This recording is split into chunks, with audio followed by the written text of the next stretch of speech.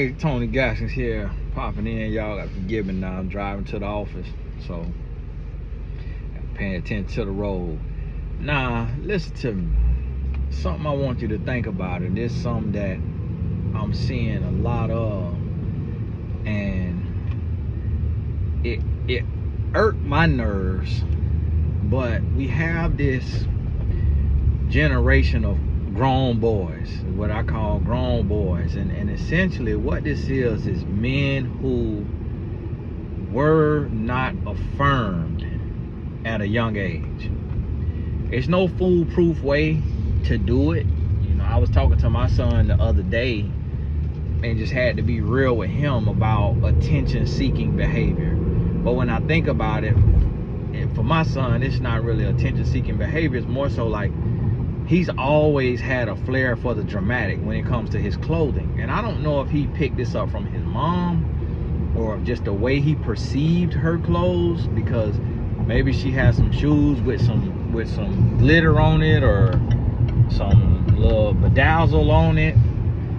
I don't know where he picked it up from, but like my son, even from a young age, he would wear he want to wear red pants with combat boots and a black blazer when he dressing up for the Christmas party, Christmas play, and bow tie, checkered shirt. Like he, even like his prom stuff, his homecoming stuff, he want a jacket with like sequins on it, or just like something that got a little pop to it. He don't like wearing just old plain looking suit. But for me, that is attention seeking behavior. And because it make you stand out, it make people look at you. You want to be seen. And why do you want to be seen? So I talked to him about this, and like, hey, you know, you got to be careful with these outfits and make sure you don't go too far, because you don't want to put yourself in a box. It's just like the gothic kids we went to school with, and they got on black nail paint, black boots, you know, black pants, black hoodie, black hair, black eyeliner, just black everything. And then sometimes they'll dye their hair blue and have blue spikes in the head. And it's just attention-seeking behavior, because you're not trying to fit in the sense of like not be noticed and just kind of wear what's normal that everybody wearing, but you're trying to wear something that everybody gonna be looking and staring. And we got to be careful with that. You got to be careful with that as men. And one thing I want to tell women is you got to be mindful of those type of men, because if you meet an attention-seeking man, and what I mean by this today in the adult form of this is the men who are like party promoters and club promoters, men who are even rappers, and like people who are in a attention-seeking or like a party or like a young forever type of career. You got to be careful, because not all of them now, of course, that's common sense, that it's going to be, you know, up to 30% of them that are healthy and whole and healed, and they just happen to get into that industry to make some money when they was in college or whenever, or they knew somebody or their family was in it or something like that. There will be some type of thing that kind of speaks to you as to why or how they got in it. But a lot of times what happened, and even like fraternity guys, a lot of them, I will say again, not all, hopefully you meet the exception to the rule, but a lot of times guys who are in fraternities, guys who are club promoters, guys, party promoters, these industries of like aesthetic, swag, cool, ladies, nightlife,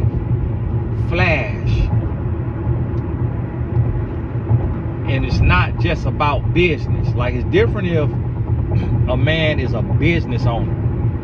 Like, if a man owned an exotic car rental, he got Lamborghini, Ferrari, he own it, and it's a money play. But now, if he taking all the cars, doing photo shoots with the cars, going to the club with the cars, popping bottles with the cars, got the models in the cars, and he is actively in the promo, that's a red flag. Or the man who do all of that, it's a red flag. Because what's gonna happen is a high. Men get a high. Now on the flip side of this, it's the same thing with the Instagram models, the girls, the Instagram models, bottle servers, party promoters, all of this type of stuff like that. Same thing. So you can flip it how you need to flip it. Just attention-seeking behavior. Men who post for attention. You got to be careful with it. You got to be careful with it, because an attention-seeking man, and the same because we said for a woman, but we taking one angle here, invert it if you need to, but an attention-seeking man is a man that is gonna be hard to trust. It's a man that may never be faithful. So if you got a man that he like to post pictures, he like to pose and post pictures for adulation and praise and kudos, that man may be hard to please. It may be hard for that man to be faithful, because he may go to whoever giving him the most attention. So you got to think about that. Be mindful and just really pay attention and say, okay, is this man maturing?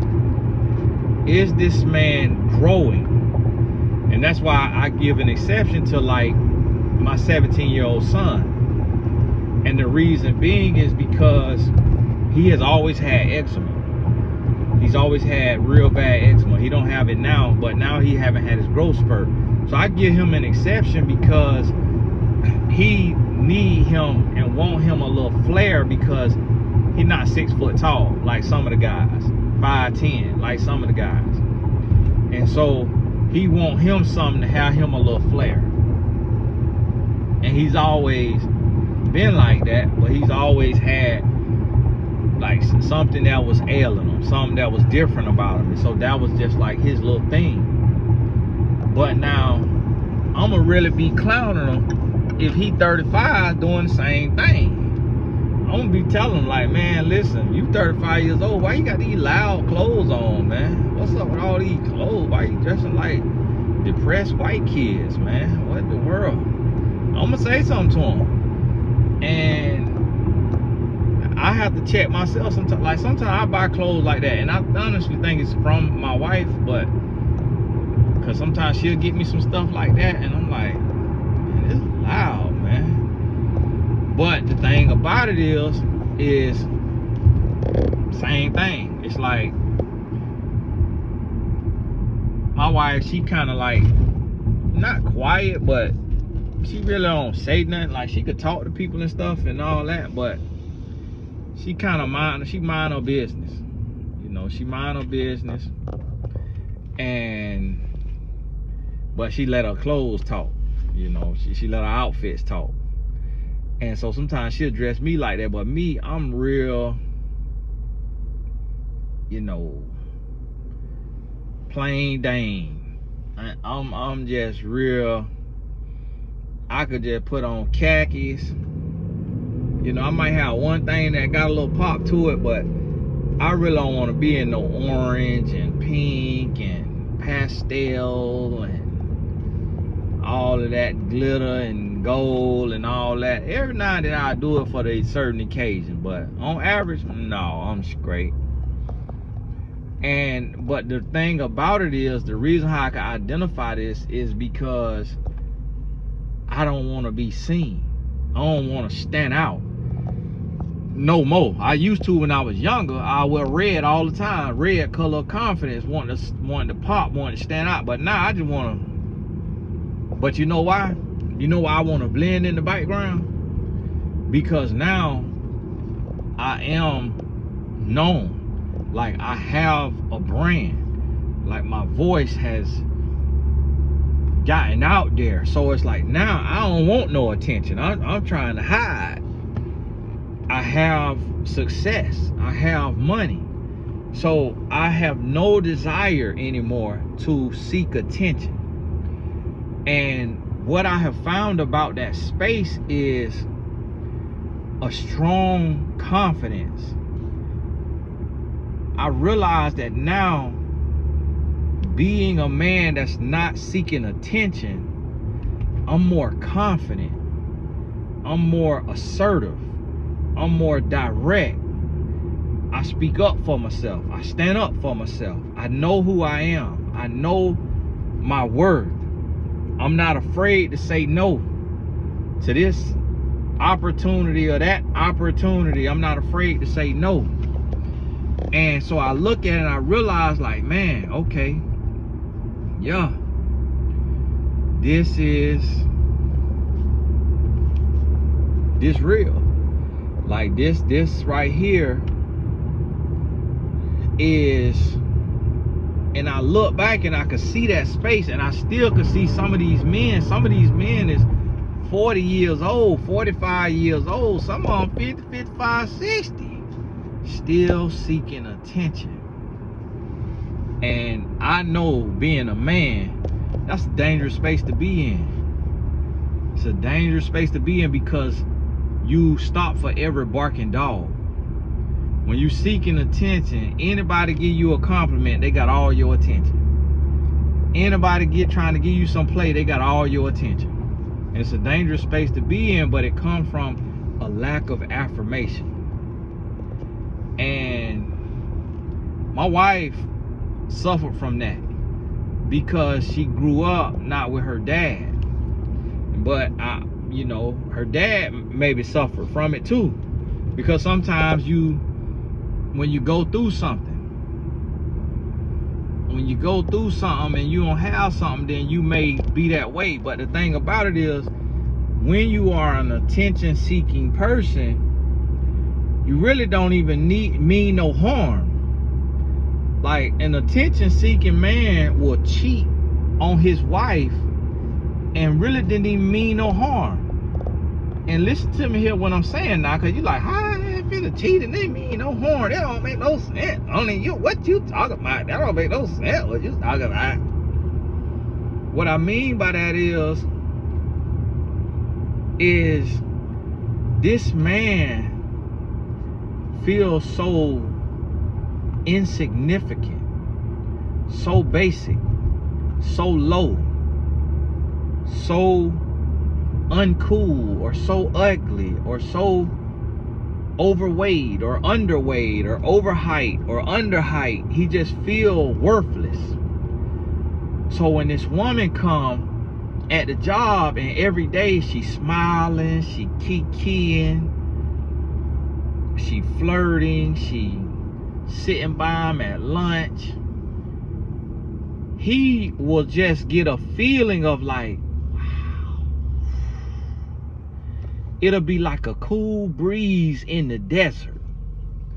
It'll be like soothing balm on an open wound. It wraps him up in the arms of caress, that just the arms of security. He just feel like, ooh, he get that feeling because he empty on the inside. And the thing about an empty person, is you can't fill them up. You can't fill up an empty person. Nothing you do will be good enough for an empty person.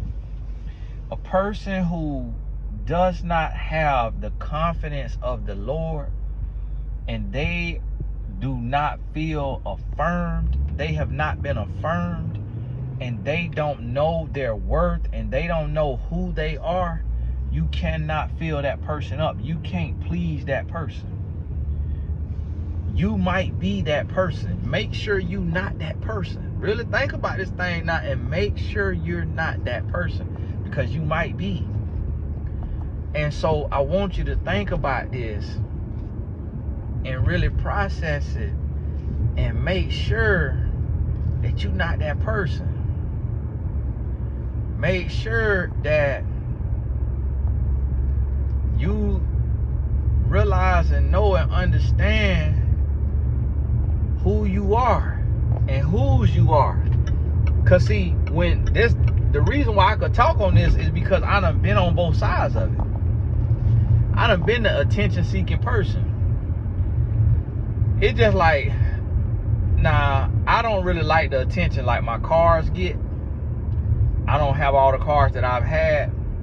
But the reason why I like a really nice car, like what I'm in right now, it's like, it's dark in here, it's quiet in here, it's enclosed, it feel like a soundproof booth. Like this my studio. Like this where I do my work. I'm doing the work of the Lord in my car. Like this car is like my sanctuary, because I'm preaching.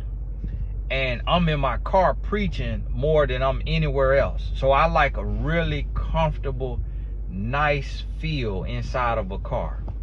I don't want no torn seats and car stinking and rattling and raggedy and clunking around. It's like, yeah, I could drive me a clunker and save money, but I want the top of the line. I want the best of the best. I want a smooth riding car. And so that's why I spend my money at. I don't like the attention that it get when I get out of it. I don't like that. Sometimes I barely even know how to say thank you when somebody say, hey, this is a nice car. Like, it catch me off guard and I almost be rude.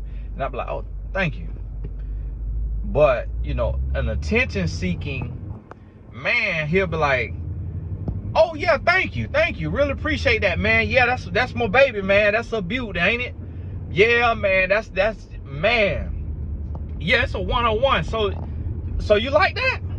Okay, yeah. All right, yeah. So, I mean, I know what's my favorite part about it, but, you know, what's your favorite part about it? What you like about it? That's how attention-seeking man will be. You know, he want to talk. He wants you to keep going. He wants you to tell him what you like about the tires, what you like about the paint, what you like about the hood, what you like about everything. He wants you to keep going. Yeah, okay, yeah. And see, let me tell you something about this right here. See, now a lot of people don't know this, but see, the special thing about this paint is he finna go give you the history. You like, man, all I did was say nice car. Like, bro, I ain't need to know the origin of the paint. I just said nice car. But that's that attention-seeking man. And the thing about it is, it's like poor baby. You know how you said poor baby, poor baby. You know how that, oh, that's really the attention-seeking man. Like, he don't really mean no harm, but you still got to know it, and you got to understand, and you got to be able to see it, because he will cheat on you. He will cheat on you now. He will lie to you. So you got to know it. And the reason why you got to know it is because if you end up with this type of man, you got to be able to speak life into him. Now, you can't fill him up. So what you praying for is that God give him the other half. You praying that God give him the other half and that God fill him up, but you could get it started. You could get it going. And you got to be able to, to a degree, be able to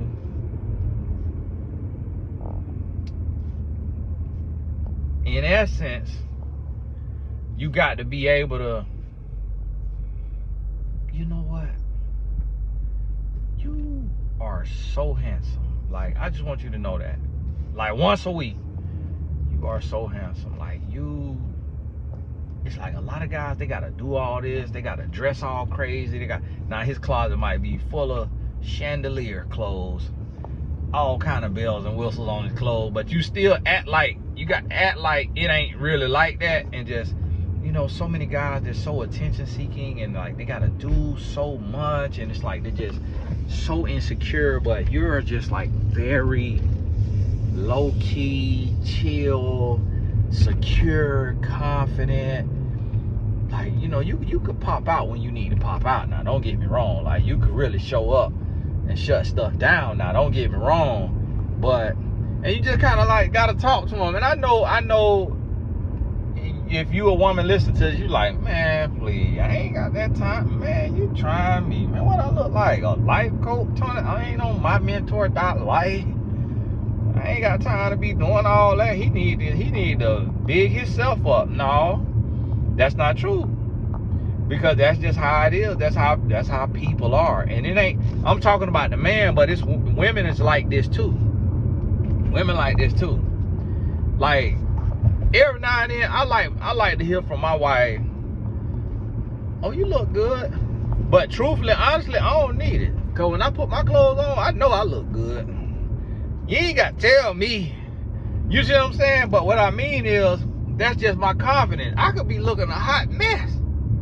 I could be in something basic, but I'm going to big myself up because I'm a child of the Lord. I'm like, hey, I know I'm looking good. And I'm finna strut my stuff. And I really don't want to hear, oh, you look good. Because I'm kind of like, all right, yo, whatever. You don't even mean that. In my head, I'm almost like, I'm not like, yeah, I know. Because I'm not arrogant, but I'm confident. And that's what you got to be able to decipher between when you meet a man. Is he arrogant or is he confident? Because none of us have a reason to be arrogant. But we all should be confident. And you got to be able to look and be able to tell the difference. Because it's a fine line. It's a fine line. And so, once you start to understand this and you start to see this attention-seeking behavior, and what I'm addressing is like 35 and up. So if you see a man and he always got on glitter shoes, like he always wearing sequins or glitter, he always wearing loud colors, you got to look into that and say, why is he always so extravagant with his clothes? Like, why his clothes always got to be so loud? Like, why do he want everybody to stop and stare? Like, and then you ask yourself this question, but then you get to know his history and his biography. And then you look within and you see, okay, well, let me see how he was raised. Like, was he raised in a small town?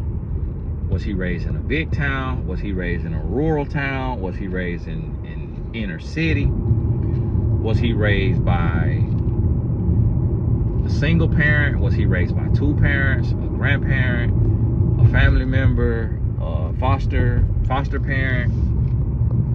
Was his parents like kind, or were they mean? Was his parents like loving and supportive, or were they distant, nonchalant? So you go through everything that make him who he is. And then you really look and you get to the root of it, so you can see if this root is toxic. And that's what's gonna let you, because see, there are attention seeking, and when I say attention seeking, I don't necessarily mean attention seeking, I mean like loud dressing. It's loud dressing people who mean no harm. Like they just like a flare. They really, like my son was telling me, he was like, you just not into fashion. And I was like, I say, but son, what is fashion?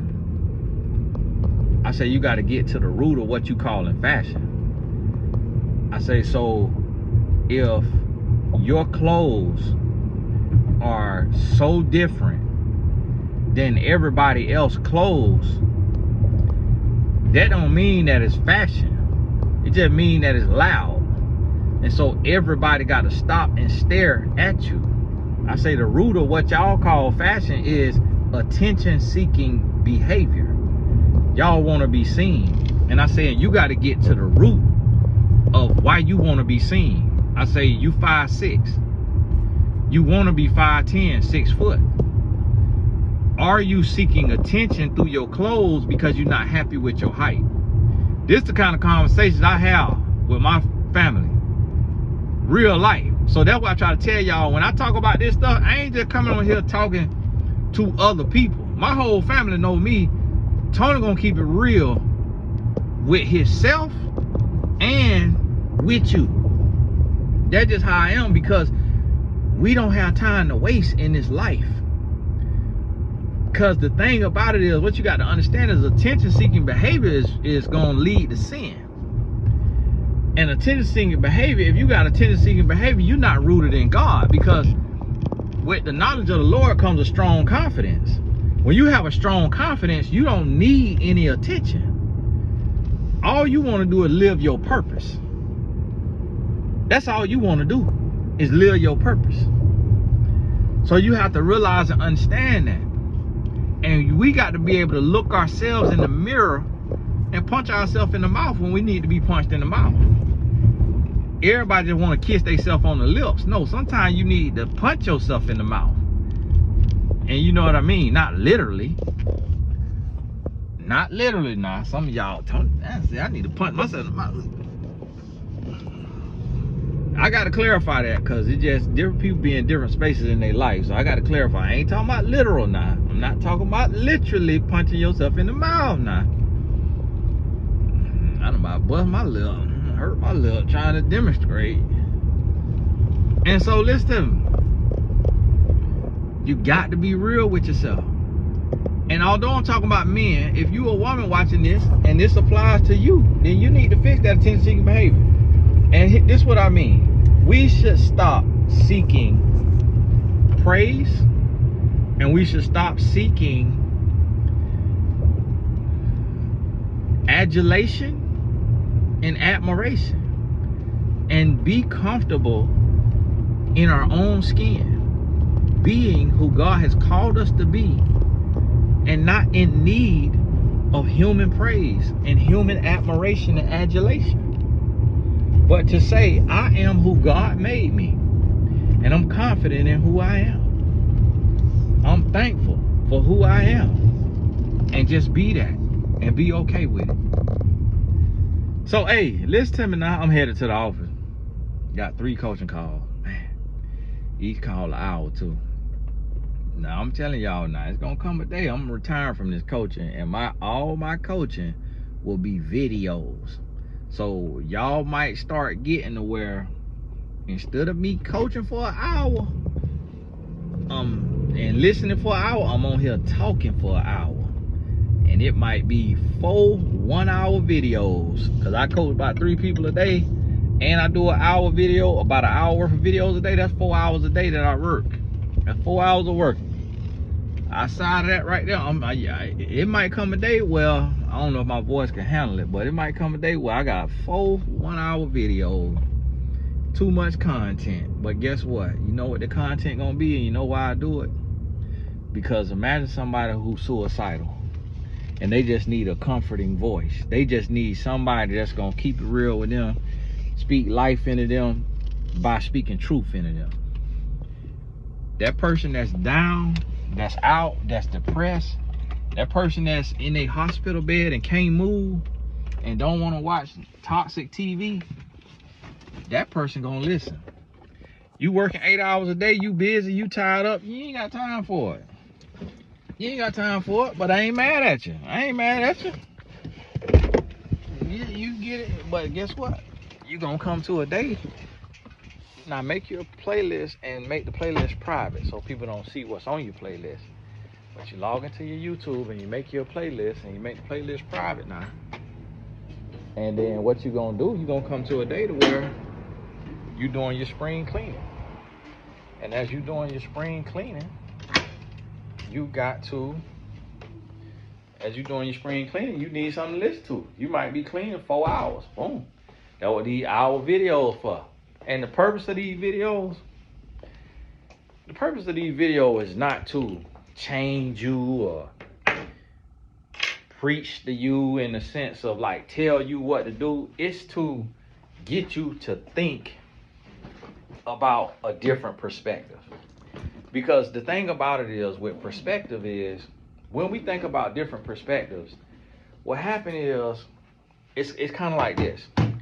If my perspective is over here and your perspective is over here, when you consider both, now you might could come here and find a middle ground because you have heard another perspective. And so that's why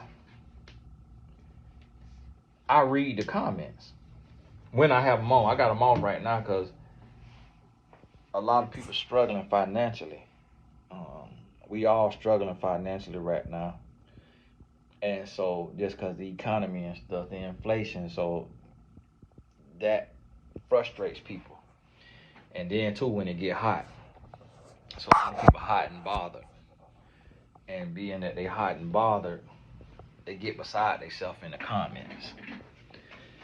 And so me, I'm not really the type of person to be putting up with nonsense, because I go off.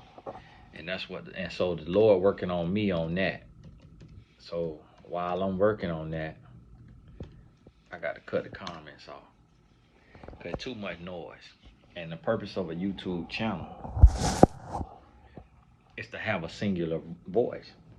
And the goal is, that's what I want you to do, is go on TonyGassesAcademy.com and sign up for the YouTube for Beginners course. It was $200. It's on sale right now for $25. It's crazy. All the courses that was $200 are $25 right now. So get on over there, TonyGassesAcademy.com. Get that YouTube for Beginners, and all that air in your chest. You get that out. See how I'm talking? What take to talk? Every time I talk, every time I say something, air coming out my mouth.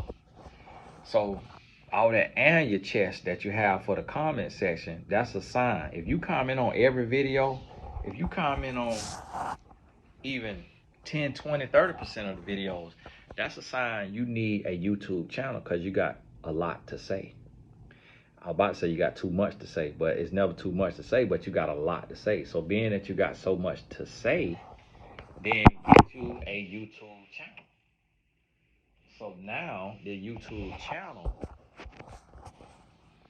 not only you can say what you want to say and what you need to say, but you also can make money while you sharing your thoughts and opinions. So get on out there and make it happen. But it is Tony Gass. God bless you. I need to get my little work done for my first call. God bless you. We'll talk soon. Oh, got my old cured. So this what I be talking about. You know, all that right there. Tony this, Tony that. Hey, send me some cured pods. Send me some cured pods. Like, listen. Move my life forward. I don't be wanting to hear all that adulation, all that admiration. Hey, move my life forward. Help, help me get something to eat. All that verbal praise. That's for a demigod. That's for the devil minions. Us children of the Lord, we want something practical. We want something practical. But hey, I'm working on some things. We're gonna make some things happen. Keep your mind ready. Keep grinding. Keep working. Keep getting yourself in the position you want to be in and need to be in. I bought this 10 acres of land, and I'm thinking about doing a retreat center on it.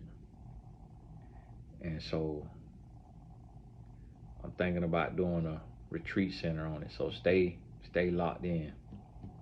And with this here retreat center, I may take and do it to where I pre-sell the weeks. I pre-sell the weeks, like the way you could buy a week and then you could choose when it's built. You could choose your week based on the availability in the order that you bought your week or your 3 nights or whatever. I probably do 3 nights, 5 nights. And just do me a nice, beautiful site with the renderings of the retreat center.